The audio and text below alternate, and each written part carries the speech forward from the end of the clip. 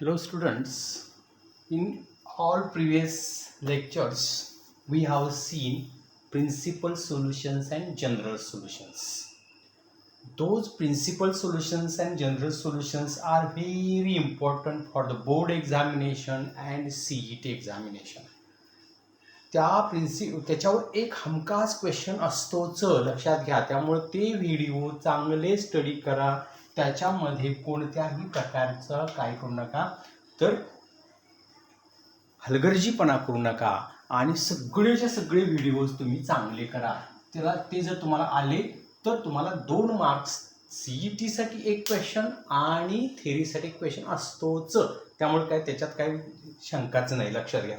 आज मी तुम्हाला next point polar coordinates याचा मी थोडासा इन्फॉर्मेशन देणार आणि त्याच्यावर एक्झाम्पल्स कशी सॉल्व्ह करायची ते पाहूया आपण. Look here, that is the O is a fix point. O is a fixed point. O is a fixed point and OX is a fixed ray and OX is a fixed ray. हा OX हा एक fixed रे आहे, लक्षात घ्या. आणि मग म्हणून त्या ओला बघा, ओला मी काय म्हणणार आहे, पोलर कॉर्डिनेट. त्याला काय म्हणणार आहे, पोलर किंवा पोल म्हणणार आहे. Therefore O is pole. ओला काय म्हणतोय म्हणजे पोल. हा एक पोल आहे असं लक्षात घ्या. आणि हा एक फिक्स्ड रे आहे. तिथून पासून थिटा एवढ्या अँगलवर जर का तो रे रोटेट झाला आणि ते डिस्टन्स जे OP डिस्टन्स आहे ते R आहे. आणि म्हणून मी काय म्हणणार आहे, ओला काय म्हणणार आहे, पोल म्हणणार आहे. आणि OX ला काय म्हणणार आहे, तर पोलर ऍक्सिस म्हणणार आहे. OX ला काय म्हणते, तर फिक्स्ड रे म्हणलोय ना, त्याला मी पोलर ऍक्सिस म्हणणार आहे. आणि मग हे जे डिस्टन्स आहे OP म्हणजे OX हा जेव्हा रोटेट होतो तो थिटातून रोटेट झाला आणि R एवढ्या डिस्टन्सवर आहे तेव्हा त्याचा कोऑर्डिनेट झाला R थिटा. आणि म्हणून PR theta are the polar coordinates. म्हणजे R theta therefore and theta is the angle. Theta is the angle. Therefore R theta are called polar coordinates. R theta ला आपण काय म्हणणार आहे, पोलार कोऑर्डिनेट्स म्हणणार आहे.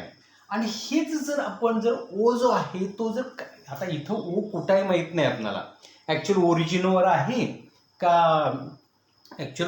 आहे का कुठं आहे हेच माहित नाही आपल्याला, लक्षात घ्या. त्यामुळे O चे काही कोऑर्डिनेट असू शकत नाही. ओरिजिनवर असेल तर ते 0 0, पण आता जो O जो आहे, O मीन्स फिक्स्ड पॉइंट जो आहे, त्याला आपण काय म्हटलंय, पोल म्हटलेलं आहे. या पोलचे कोऑर्डिनेट इथं असू शकत नाही. हा थिटा जो आहे तो थिटा 0 डिग्री पासून ते अगदी असा 230 डिग्री पर्यंत तो रोटेट होऊ शकतो.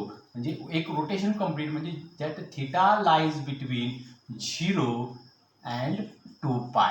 ही इन्फॉर्मेशन तुम्हाला लक्षात ठेवा. आता तुम्हाला लक्षात फक्त ठेवायचं आहे R theta are called polar coordinates.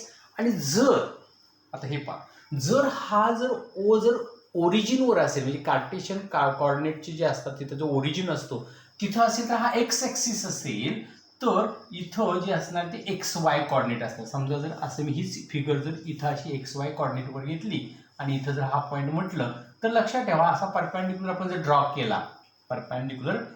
केला तर समजा P हा आहे, हा S आहे आणि हा O आहे. तर हा परपेंडिक्युलर ड्रॉ केला तर इथला जो काय कोऑर्डिनेट असतो तो XY असतो. म्हणजे P चे जर का Pचा पोल जर ओरिजिनवर जर घेतला, Pचा पोल जर ओरिजिनवर घेतला तर त्याचे हे कार्टेशियन कोऑर्डिनेट म्हणायचं. XY काय झाले, कार्टेशियन कोऑर्डिनेट. आणि O हा पोल जो आहे तो कुठेही घेतला तर ते त्याचे पोलर कोऑर्डिनेट, लक्षात घ्या. मग मी आता इथं म्हणत आहे and XY are called polar coordinates. XY are Cartesian coordinate. काय म्हणणार त्याला मी, कार्टेशियन कोऑर्डिनेट्स. समजते एवढं. आता लक्षात ठेवा, तुम्हाला हे बाकीचं काही लक्षात ठेवायचं नाही. तुमच्या इन्फॉर्मेशनसाठी दिले की पोलर कुठून आणले आणि कार्टेशियन कुठून आणले हे तुमच्या माहितीसाठी दिलेलं आहे. याची आपल्याला काही तशी एक्झाम्पल सोडवताना काही गरज नाही, फक्त इन्फॉर्मेशन म्हणून हा पाठ होता, पोलर कोणता आणि कार्टेशियन कोणता. आता कार्टेशियन कॉर्डिनेट जेव्हा आपण काढतो तेव्हा लक्षात घ्या. आता इथं बघा, तुम्हाला आता दोन क्वेश्चन विचारणार, एक म्हणजे आर थिटा देणार म्हणजे पोलार कॉर्डिनेट देणार आणि तुम्हाला एक्स वाय ची व्हॅल्यू काढायची, म्हणजे पोलार कॉर्डिनेट देणार आणि तुम्हाला कार्टेशियन कॉर्डिनेट काढायला विचारणार. आणि कधी दुसरा क्वेश्चन असा असणार की कार्टेशियन देणार आणि पोलार कॉर्डिनेट काढायला विचारणार. म्हणजे हे दोन्हीही क्वेश्चन जे आहेत ते एकमेकाचे रिव्हर्स क्वेश्चन्स आहेत, लक्षात घ्या. आणि दोन्हीही important for CET and important for theory examination, board examination. Okay, आणि म्हणून दोन्ही अतिशय इम्पॉर्टंट आहेत. आता मी ही जी आता फिगर इथं काढली होती ना, ती कार्टेशियन कॉर्डिनेटची इथं काढतो. हा पी तुमचा जर पी एक्स वाय असेल तर हा जर एक्स ॲक्सिस असेल, हा वाय ॲक्सिस असेल, तर हे डिस्टन्स एक्स असणार, हे डिस्टन्स वाय असणार, हे तर फिक्स झालं. आणि मग हा आर आपण म्हटलेलं आहे. आणि आपल्या पायथागोरस प्रमाणे R square equal to X square plus Y square. R square equal to, हे एक इक्वेशन लक्षात ठेवा, R square equal to X, ह्या पायथागोरस आहे. Hypotenuse square equal to this side square plus this side square. Okay नाही, means X square plus Y square equal to R square, हे तुम्हाला माहितीच आहे. आता मी जर हा जर थिटा जर म्हटलं तर कॉस थिटा, मी काय म्हणतोय पहा, कॉस थिटाचा फॉर्म्युला काय आपल्याकडे असतो, cos theta equal to adjacent side by hypotenuse, बरोबर का. मीन्स एक्स बाय आर म्हणजेच आर इकडे जर केला, ट्रान्सफर केला तर X equal to R cos theta. आणि दुसरं मी जर साइन थिटा जर घेतलो तर साइन थिटाचा फॉर्म्युला काय तुमचा, opposite side by hypotenuse, means जे opposite side by hypotenuse means Y by R. म्हणजे आर इकडे जर ट्रान्सफर केला तर Y equal to R sine theta. लक्षात ठेवा, X equal to R cos theta, ह्याला Y equal to R sine theta. इथं आर काय आहे तर that is distance of P from the origin. Okay, आणि मग मी असं तुम्हाला सांगतो, त्या दोघांचं जर डिव्हाइड केलं sine theta by cos theta तर तुम्हाला टॅन थिटा, तेव्हा याला जर हे डिव्हाइड केलं sine theta divide by cos theta, that is R R cancel, y by x. आणि हा एक फॉर्म्युला जो आहे तो आपणाला, हा एक फॉर्म्युला उपयोगी आहे, हा एक फॉर्म्युला उपयोगी आहे. म्हणजे तुम्हाला बघा, आता लक्षात घ्या, हे कसं आलं तुमच्या लक्षात आलं का, x equal R cos theta, y equal R sine theta. या इक्वेशन डिव्हाइड केलं, साइन डिवायडेड बाय कॉस, आरला आर कॅन्सल म्हणजे टॅन आणि वाय बाय एक्स. तर हे जर हा फॉर्म्युला एक लक्षात आला तर तुम्हाला देताना जर एक्स वाय दिले, तुम्हाला काय दिले, एक्स वाय दिले, म्हणजे एक्स वाय देणार म्हणजे काय देणार, कार्टेशियन कॉर्डिनेट देणार. लक्षात घ्या, समजलं का, पहा, एक्स वाय देणार म्हणजे काय देणार, कार्टेशियन कॉर्डिनेट देणार. आणि कार्टेशियन कॉर्डिनेट दिले की तुम्हाला पोलर कॉर्डिनेट काढायला विचारणार, म्हणजे तुम्हाला आर आणि थिटा काढायला विचारणार. मग आर तुम्हाला एक्स वायची व्हॅल्यू माहीत असणार, आर काढण्यासाठी पहिला हा यूज करा, आर मिळाला, आणि वाय बाय एक्स यूज केला की थिटा मिळाला. थिटाची व्हॅल्यू तुम्हाला माहिती आहे, 0 डिग्री, 30 डिग्री, 60 डिग्री, 45 डिग्री आणि 90 डिग्रीच्या व्हॅल्यू तुम्हाला सगळ्यांना माहीत आहे. ओके, तर आता हे तुमच्या लक्षात आलं असेल तर आपण याच्यावर क्वेश्चन कसा विचारतात हे आपण बघू. हे दोन फॉर्म्युला लक्षात ठेवा, हे एक आणि हे एक. ओके, याला काय म्हणतात, पोलार कॉर्डिनेट, याला काय म्हणतात, कार्टेशियन कॉर्डिनेट. ओके, एवढं लक्षात ठेवा. तुम्हाला क्वेश्चन कसा विचारतात हे मला सांगतो. 2 मार्कचा क्वेश्चन, अगदी चटकीसरशी तयार होणारा क्वेश्चन. फाइंड द क्वेश्चन काय बघा, फाइंड द, पहिला क्वेश्चन असा आहे की find the Cartesian coordinate. Question काय पहिला पहा, तुमचा एक्सरसाइज आहे 3.2. Exercise 3.2. Okay, that is find, question आहे find Cartesian coordinate,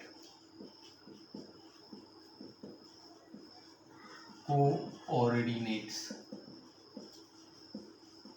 Cartesian coordinates of the point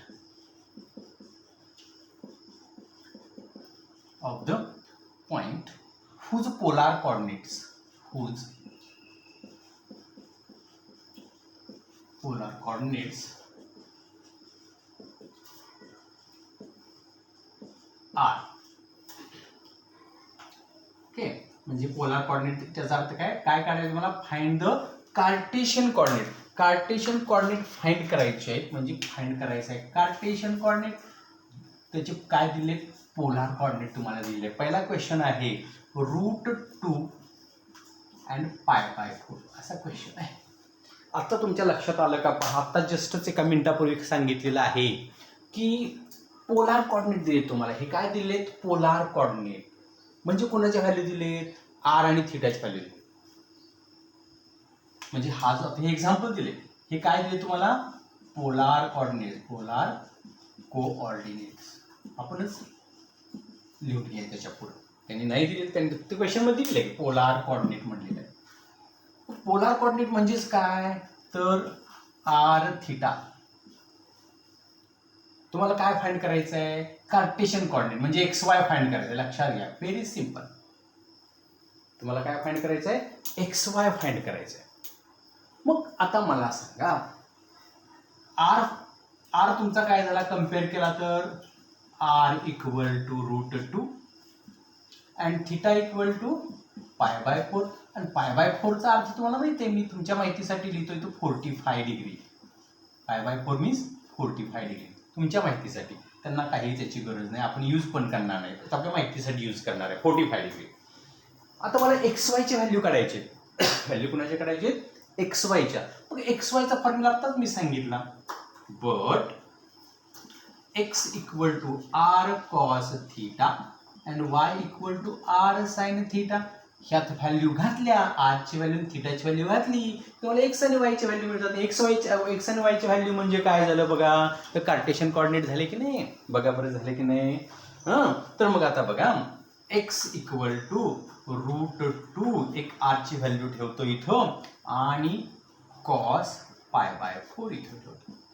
Y equal to √2 sine π/4. आता मला सांगा, तुमच्या लक्षात आला असेल पहिल्या लेक्चरचा जो टेबल, ज्यांना जे आता हे लेक्चर बघत असतील, पहिले लेक्चर जर पाहिले नसतील ना, त्यांनी क्विक पहिले 2 लेक्चर पाहायचे की त्याच्यामध्ये मी व्हॅल्यू सगळ्या दिलेल्या आहेत, तो टेबल दिलेला आहे, त्याच्यामध्ये 30, 45, 60च्या व्हॅल्यू आहेत, त्या बघितल्या की तुम्हाला समजणार आहे. आता cos 45 तुम्ही लगेच सांगू शकाल, काय cos 45 असतो, cos 45 is 1/√2 and y equal to √2 into sin 45 is also 1/√2. √2 get cancelled. Therefore x equal to 1 and y equal to 1. झालं की तुम्हाला काय फाइंड करायचं, कार्टेशियन कोऑर्डिनेट फाइंड करायचं. मग कार्टेशियन कोऑर्डिनेट फाइंड करायचं म्हणजे एक्स वाय फाइंड करायचं, आणि एक्स वाय किती आला तुमचा 1 1.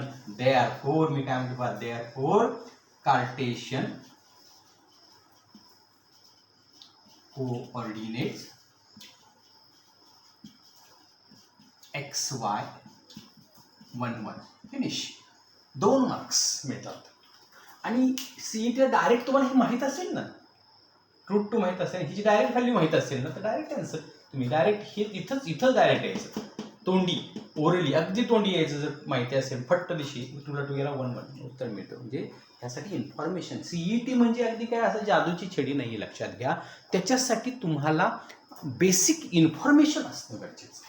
बेसिक इन्फॉर्मेशन तयार करून ठेवा, सांगतोय त्यात काय प्रॉब्लेम येणार नाही. हा झाला एक क्वेश्चन. सेकंड क्वेश्चन दिला त्यांनी 4 π/2, 4 and π/2 असं सेकंड एक्झाम्पल दिलेलं आहे. आता बघा, आपल्याला क्वेश्चन तोच आहे. एक्झाम्पल सेकंड, आर ची व्हॅल्यू काय तुमच्याकडे आली, आर कम्पेअर करा, R is 4 and theta is π/2. π/2 means in degree 90 degree. π/2 म्हणजे डिग्रीमध्ये काय येणार, 90 येणार, लक्षात घ्या. आणि मग इथे ठेवा, हेच करणार, r cos theta y equal to R sine theta 4 into cos π/2, 4 into cos π/2. आणि मग कॉस π/2 ची व्हॅल्यू काय आणि साइन π/2 ची व्हॅल्यू काय. साइन 90 आणि कॉस 90. कॉस 90 काय असतो, 0 असतो, लक्षात घ्या. कॉस 90 काय असतो, 0 असतो. आणि साइन 90 काय असतो, 1 असतो. हे पाठ पाहिजे, टेबलमध्ये आहे, पाठ करून ठेवा. कॉस 90 0 असतो, साइन 90 1 असतो. मग 4 × 0 0, 4 × 1 4, म्हणजे तुमचं आन्सर काय झालं 0 4 इज द आन्सर. फिनिश. फक्त इथं लक्षात घ्या ट्रिक काय, व्हॅल्यूज पार्ट असते, बाकी त्याच्यापेक्षा बाकी काही तुम्हाला जास्त करायचं नाही मुलांनो. ओके, हा झाला सेकंड क्वेश्चन. थर्ड क्वेश्चन पहा, third example. They have given 3/4 3/4 and 3π/4 3π/4. म्हणजे r ची व्हॅल्यू काय तुम्हाला दिले 3/4 अँड थिटा इज 3π/4. आता 3π/4 म्हणजे किती लक्षात येते का पहा. 3π डिग्रीमध्ये जर काढायचं म्हटलं तर π/4 म्हणजे 45. लक्षात घ्या, π/4 म्हणजे काय असतो 45 असतो, आणि 3π/4 म्हणजे 45 × 3 135. 45 × 3 135 अंश होणार आहे. आता 135 म्हणजे कोणत्या क्वाड्रंटमध्ये लक्षात घ्या, तो सेकंड क्वाड्रंटमध्ये. आता मी इथं व्हॅल्यू ठेवतो, r ची व्हॅल्यू आहे 3/4 cos 3π/4 sin 3π/4. आता थोडं शांतपणे लक्ष ठेवा, शांतपणे समजून घ्या. थोडासा कॉम्प्लिकेटेड क्वेश्चन, अगदी थोडकाच कॉम्प्लिकेटेड आहे. आता मला सांगा cos 135 3π, तर मला व्हॅल्यू सांगतो कशा तयार करायच्या. cos, आता हा हे पहा 135 म्हणजे इथं कुठे असणार आहे, हा 180 असणार आहे, आणि हा इकडं हा तुमचा 135 असणार आहे. आता 135 कॉस हा कोणता क्वाड्रंट, सेकंड क्वाड्रंट. मग सेकंड क्वाड्रंटमध्ये कॉसची व्हॅल्यू कशी असते, मायनस असते, मायनस लिहायचं, एवढं तरी समजलं. आणि cos π/4 ची व्हॅल्यू ठेवायची. cos π/4 किती 1/√2. फिनिश झालं. cos 3π/4 ची व्हॅल्यू -1/√2. कशी केली समजलं का तुम्हाला. तर हा 180 मधून किती मायनस करावा म्हणजे 135 मिळेल, तर 45, म्हणून 45 ची व्हॅल्यू ठेवतो, आणि सेकंड क्वाड्रंटमध्ये कॉस मायनस म्हणून झालं, आणि आन्सर तुम्हाला मिळालं. पहा इथं -3 4√2. इथं बघा, इथं हे 3/4.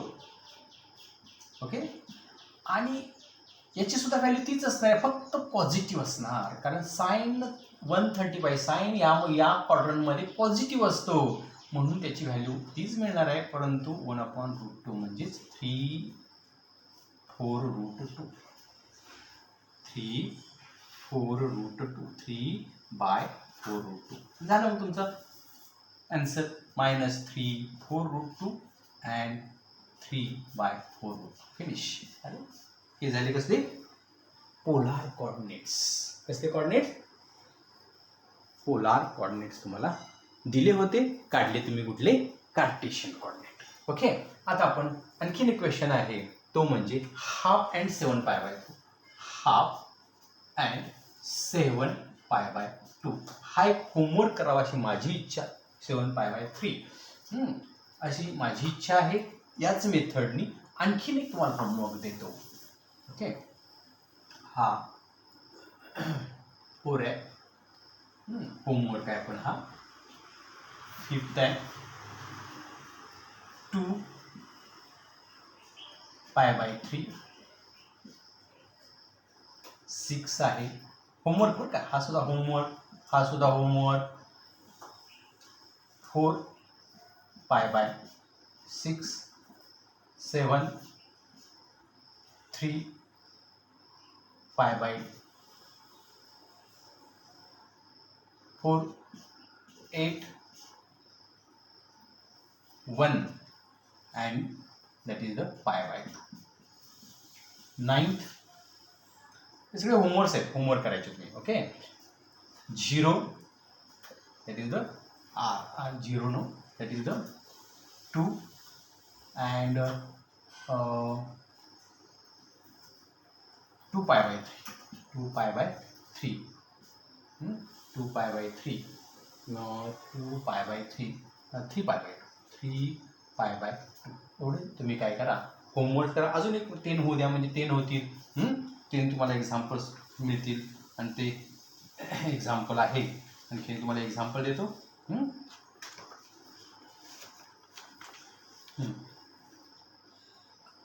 2 and π/4 एवढं काम करा म्हणजे तुमचं होमवर्कही होईल, तुम्हाला समजलं नाही मलाही समजेल. ओके, ठीक आहे. राहिला भाग उद्या पुढचा पार्ट म्हणजे आता तुम्हाला देतील काय, कार्टेशियन देतील आणि पोलार काढायला लावतील. ओके, असा दुसरा क्वेश्चन असेल.